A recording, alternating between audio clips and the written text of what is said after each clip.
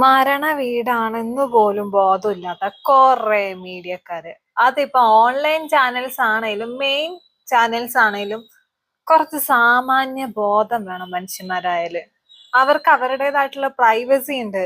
ആ ചടങ്ങൊക്കെ നടക്കുമ്പോ അതിന്റെ ഇടയിലോട്ട് ക്യാമറയും കൊണ്ട് തള്ളിപ്പിടിച്ച് കുറെ എണ്ണം കേറുന്നു. ഉളുപ്പുണ്ടോ നിനക്കൊക്കെ? റീച്ച് ഉണ്ടാക്കാൻ വേണ്ടിയിട്ട്, TRP കൂട്ടാൻ വേണ്ടിയിട്ട് ചെയ്യുന്ന ഓരോ പ്രവർത്തികളും ആ ഫാമിലിനെ എങ്ങനെ ബാധിക്കുന്നുണ്ടെന്ന് ആലോചിക്കുന്നുണ്ടോ? കുറെ TRP റേറ്റിംഗിന് വേണ്ടിയിട്ട് കിട്ടുന്നതൊക്കെ എടുത്ത് അങ്ങോട്ട് കാണിക്കണം. കഴിഞ്ഞ പ്രാവശ്യം ശ്രീനിവാസ മരിച്ച സമയത്ത് കാണിച്ച തെണ്ടിത്തരം കണ്ടായിരുന്നോ? ഏതോ ചാനലാന്ന് എനിക്ക് ഓർമ്മയില്ല, ഏതോ മെയിൻ സ്ട്രീം ചാനലാ. ഈ വിനീതിന്റെ ഭാര്യ ഇങ്ങാണ്ട് സംസാരിക്കുന്ന അതിന്റെ പിറകില് ആ മതിലില് മൈക്ക് കൊണ്ടുപോയി വെച്ചേക്കുന്നു. അവര് പേഴ്സണൽ ആയിട്ട് സംസാരിക്കുന്നത് എന്താന്ന് കേൾക്കാൻ വേണ്ടിട്ട്, എന്നിട്ട് അത് എടുത്തിട്ട് പബ്ലിക് ഇടാൻ വേണ്ടിട്ട് ഉളുപ്പില്ലാത്തവന്മാര്. ഒരു ഫാമിലിയുടെ ഒരു പ്രൈവസി പോലും നശിപ്പിച്ചുകൊണ്ട് കെട്ടിയെടുത്തേക്കോ അങ്ങോട്ട്. ആ ചടങ്ങ് വരെ അവർക്ക് മര്യാദക്ക് നടത്താൻ പറ്റുന്നില്ല. അതിന്റെ ഇടയിലെ കൂടെ ക്യാമറയും കൊണ്ട് കേറിയിട്ട് ആ ചേട്ടൻ അവിടെ ഇരുന്ന് പൊട്ടിത്തെറിക്കുക. സ്വന്തം അച്ഛനാണ് മരിച്ചു കിടക്കുന്നത്. ഇവന്മാർ അതിന്റെ ഇടയ്ക്ക് പിറകെ കൂടെ കയറി തള്ളി മാറ്റാൻ നോക്കുന്നു.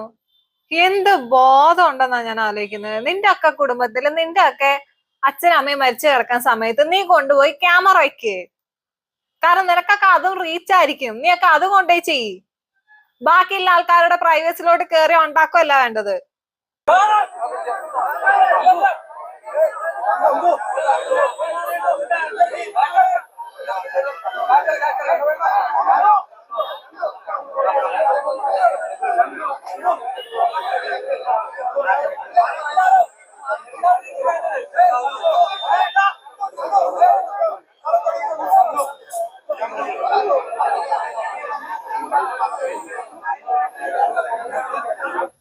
ഇതൊന്ന് നിർത്തലാക്കാൻ പറ്റുമോ? ഈ മരണ വീട്ടിലാണേലും വേറെ എവിടെയാണേലും ഈ ക്യാമറയും കൊണ്ടുപോയിട്ട് പിടിക്കുന്നത് വല്ല നിയമവും കൊണ്ടുവരണം ഇതിനൊക്കെ.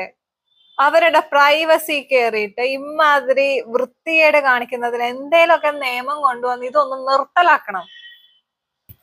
ഈ വീഡിയോ പുറത്തു വന്നപ്പോ അതിന് കമന്റും ആയിട്ടും റിയാക്ഷനും ആയിട്ട് കുറെ അവന്മാർ ഇറങ്ങിയിട്ടുണ്ട്.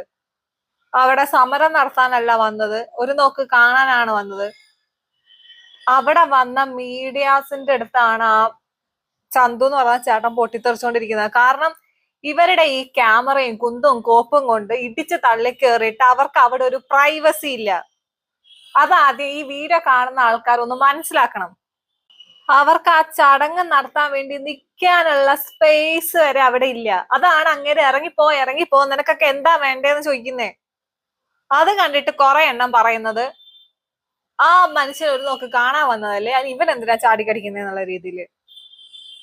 സ്വാഭാവികമായിട്ടും ചാടിക്കടിക്കും. സ്വന്തം അച്ഛനാണ് മരിച്ചു കിടക്കുന്നത്.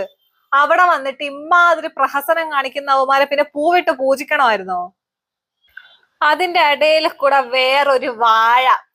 VD സതീശൻ ആ വീട്ടിലോട്ട് വന്നിട്ടുണ്ടായിരുന്നു. ആ സമയത്ത് ഷോളും കൊണ്ട് സ്വീകരിക്കാൻ പോയേക്കുന്ന ഒരു ബോധം ഇല്ലാത്ത ഒരു വാഴ. ഇവന്റെ ഒക്കെ അച്ഛൻ മരിച്ചു കിടക്കുമ്പോഴും ഇതുപോലെ ആരേലും വന്ന ഇവൻ ഷോളും കൊണ്ട് പോയി സ്വീകരിക്കുമായിരിക്കും മിക്കവാറും. അതാണല്ലോ കാണിക്കുന്നത്, ഷോളും കൊണ്ടുപോയുള്ള സ്വീകരണം.